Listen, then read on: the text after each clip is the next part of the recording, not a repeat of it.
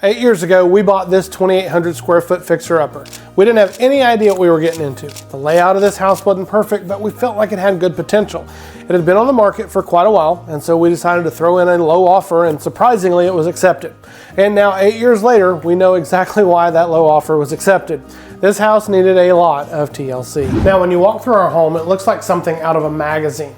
We changed flooring, reinvented closets, added built-ins to multiple rooms, built a huge expansive locker system for our laundry area, created a pantry to die for, added accent walls and bedrooms, and then once all that was done, my wife Jess put her finishing touches on everything. Oh, and we did it all with cash because we don't borrow money for projects. It's been a labor of love, but we are way smarter than we were 8 years ago. Here's what we've learned. When you see something on HGTV, remember that they have a whole crew of people behind the scenes doing a ton of work. You can tear things up way faster than you can put them back together. Don't get too crazy going through knocking down walls. Do your homework. Understand what load bearing actually is and what it isn't. I'll link up a simple video from this old house explaining it in more detail. I know that it looks cool when they go to throwing hammers through glass and windows and all this kind of stuff, but it's just when you got to clean it up yourself, it's not near as much fun. Now, this may seem like common sense, but do one room at a time. It's easy to get to a point and then get overwhelmed about 2/3 of the way through a room and then start thinking about tearing into another project on another part of the house. And this is because that tearing up part is a lot faster and a lot easier. Avoid this at all costs though. If you're overwhelmed with one room partially finished, imagine how overwhelmed you're going to be with 2 rooms partially finished. As a woodworker, this might have been the biggest shocker of all for me, was just that simply things weren't square. Precision is the name of the game in woodworking, but with home building, it just feels like an afterthought. Well, if you don't believe me, go put a square in any corner of your house. Now put a level on the ceiling and then comment down below and let me know how bad out it was. Because of these imperfections, sometimes you might have to split the difference between what's level and what actually looks right to your eye. At the end of the day, level matters, but it also matters that everything looks right to your eye. And if your ceiling's a little bit wonky, you might end up having to just kind of split the difference and find something that will just kind of be a happy medium. FYI, you're going to need more material than you think. It's a good rule of thumb to just add 10% minimum to any lumber or flooring order that you make. Just keep your receipts and then return it if you don't need it, but there's nothing more frustrating than running out of material in the middle of a project. When purchasing your material, remember that Home Depot and Lowe's are probably one of the most expensive places you can buy lumber. Find a good local hardwood supplier or a lumber yard. You're going to be surprised by the price as well as how many better options that they have available. If you need pre-finished plywood, well, they've probably got that.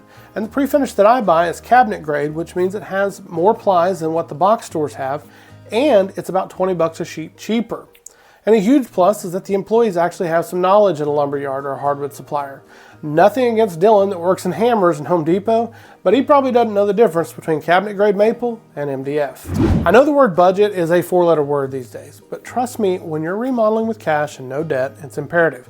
While a budget may seem restricting at first, it gives you the freedom to be able to create what you want. But what if you don't have a big enough budget? Well, then you're going to have to save up a little bit longer to get what you want. This process is a marathon and not a sprint. If you sprint, you're going to end up cutting corners or settling for something that later on you regret. Now, with that in mind though, be realistic. We didn't have marble flown in from Italy for our bathroom. We found a beautiful tile in our budget from Home Depot and Floor & Decor, and we absolutely love it. Now, if you've got Italian marble money though, by all means, knock yourself out. Keep track of what you spend. Not necessarily every time that you buy sandpaper, but the big things. My wife Jess has a yearly log of big purchases that we've made as well as projects that we've done. She also writes down any unplanned emergency purchases that have to be made. For instance, this year we had to replace our HVAC unit. That thing was like $8 grand, so it was worth writing it down. Because at the end of the year, when we look back and we say, well, where did all of our money go? Or why didn't we get more projects done? We can look back and we can say, oh yeah, we had to buy an HVAC unit and that thing set us back some. Even if it's something as simple as buying tires for your truck, it's going to be $800 or $1,000 minimum. Write it down. This is also handy just to be able to look back and see what it actually costs for a room remodel. As you move forward, it will help you to be able to estimate costs for future projects. But it's also a nice little reward when you hear someone talk about how they spent 20 grand on a bathroom remodel and you know that yours only costed 5. However long you think that your project will take, double it. Unless you're a professional remodeler, just trust me on this. There's 2 benefits. One is that you're going to run into unforeseen problems. Also, you're probably doing this on the weekends, and some weekends you've just got family stuff and life stuff that's going to happen, and you just can't always foresee that. So giving yourself some extra time is going to be necessary for that alone. The other is that if you think it will take a month to do a project, and then you give yourself a month and then you don't make that deadline, you're going to be frustrated. But if you think it'll take 4 weeks and then give yourself 8, if you do the projects and it takes 6 or 7, you're going to feel ahead of the game. But had you said 4 and then it took 6 or 7, you'd be frustrated. So double that timeline. It's just going to help in the long run. Don't do projects around the holidays. And by holidays, I mainly mean Thanksgiving and Christmas. You can totally do a project on Memorial Day, but come November, we like to just slow things down to a crawl. There's nothing more stressful than money for projects going out the window at the same time as the money for Christmas shopping. Also, the 4 weeks between Thanksgiving and Christmas are crazy enough as it is without drywalling a bathroom dumped on top of it. I hate paying anyone to do anything. But as time has gone by, I've learned to accept that I can't do it all. Sometimes it's because of time constraints. Sometimes, like in the case of this bathroom, it's because I've got a tile wainscoting all the way around this thing as well as a fully tiled shower, and I'm not a tile guy. I wasn't convinced that I could get the results that I wanted, so I paid to have it done. And in some cases, I just don't like doing it. For instance, I hate plumbing. I don't mind drains or simpler stuff, but I have a great plumber that always comes in under bid, and he does great work. Because of that, I let him do anything that I don't feel like doing.